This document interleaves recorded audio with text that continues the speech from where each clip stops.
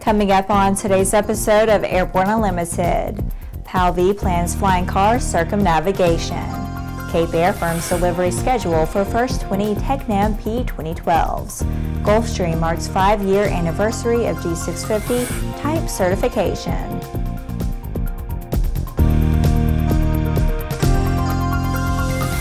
Hello, I'm Laura Hudson. It's September 25th, and this is Airborne Unlimited. A PALV vice president plans to fly around the world in his personal flying car, though no firm date has been set to begin the attempt. PALV Vice President of Sales Mark Jennings-Bates said that he hopes to fly his personal aircraft on the attempt, accompanied by a second PALV that will record the flight on video. Jennings-Bates said that he hopes to depart from and return to San Francisco, with the flight taking about 90 days. The company has not officially announced the attempt, but plans for the flight are reportedly well underway. Fuel management will be a critical issue for the flight, as the PALV Liberty has a range of about 270 nautical miles while flying. The pilot who will accompany Jennings-Bates has already flown the Liberty aircraft to that range limit over a portion of Greenland, telling Jennings-Bates that the fuel calculations are the most nerve-wracking experience you'll ever have. The prototype PALV first flew in 2012. The Liberty, which is available for pre-order now, was developed from that design. The aircraft is expected to cost about $399,000 and $599,000 when it is available, which the company believes will be sometime next year. Tecnam has announced an agreement with U.S.-based commuter airline Cape Air on a delivery schedule for the first 20 of 100 Tecnam P2012 Travellers. Negotiations were concluded following an extensive review of the configuration, direct and indirect cost analysis of the P2012 by key members of both the Cape Air and Tecnam leadership teams. The production of the next-generation 11-seat P2012 Traveller has been much anticipated by many airlines, who have been demanding a replacement for hundreds of heritage airplanes in the FAR 23 CS23 category currently in service around the world. Cape Air has been a key partner in the development of the Traveller, along with Lycoming Engines and Garmin Avionics. EASA and FAA certification is on track for 2018, with an initial delivery of the first 20 airplanes beginning in January 2019. Several pre-orders for the Traveller has been received from operators worldwide, including Argentina, Russia, Australia, and Europe. After the break, Gulfstream marks 5-year anniversary of G650 TC.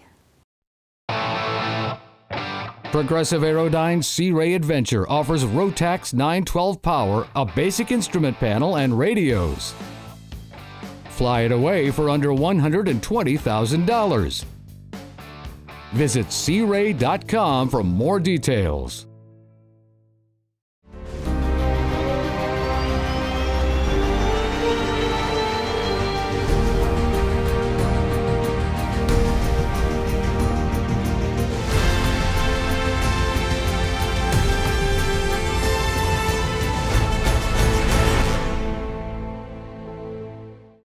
The dream is real, a truly affordable personal jet aircraft. The Subsonics Personal Jet Kit is priced at only $42,000. Kit plus engine is still under $100K. Add instruments, upholstery, and paint and you're flying. It's time to put your money where your bucket list is. Learn more at sonicsaircraft.com.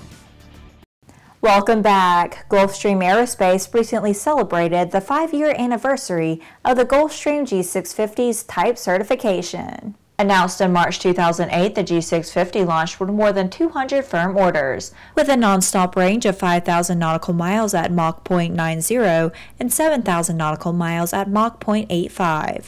The aircraft established its prominence in the bizjet market. In flight tests, the G650 extended original range projections, allowing Gulfstream to announce enhanced range of 6,000 nautical miles at Mach 0.90. In May 2014, the company introduced the Gulfstream G650 ER, an extended range variant of the G650, with the ability to travel 6,400 nautical miles at Mach 0.90 and 7,500 nautical miles at Mach 0.85. The G650 entered service on December 20th of 2012 with more than 250 G650 and G650 ER aircraft now operating in 40 countries. The G650 has become the fastest non-supersonic aircraft to circumnavigate the globe, having flown westbound around the world in a record-setting 41 hours and 7 minutes and claiming 22 city pair speed records along the way. In total, the G650 and G650ER have set 65 city pair records. The G650 has also earned the prestigious Robert J. Collier Trophy, which is presented annually for innovation, performance, safety, and efficiency of air or space vehicles. Each week we share with you an online video that one of our viewers found especially entertaining. We call it our Aero Video of the Week. Final liftoff of Atlanta.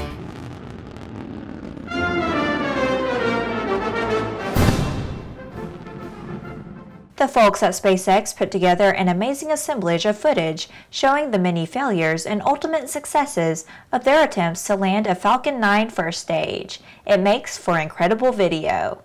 Search How Not to Land an Orbital Rocket Booster on YouTube. After these messages, Wipaire receives a Chinese approval. There's a difference between charting a steady course and pushing for the ceiling.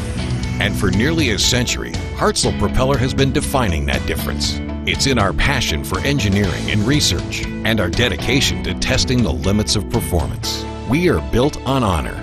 We are Hartzell Propeller. The Bristol Light Sport aircraft is what you are looking for.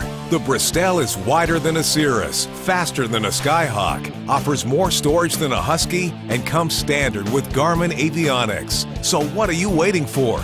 Visit Bristol.com to find out how you can get into a Bristol today. Welcome back. With so much news coming out of the aviation industry, we're summarizing some other interesting stories in a brief segment we call Around the Patch.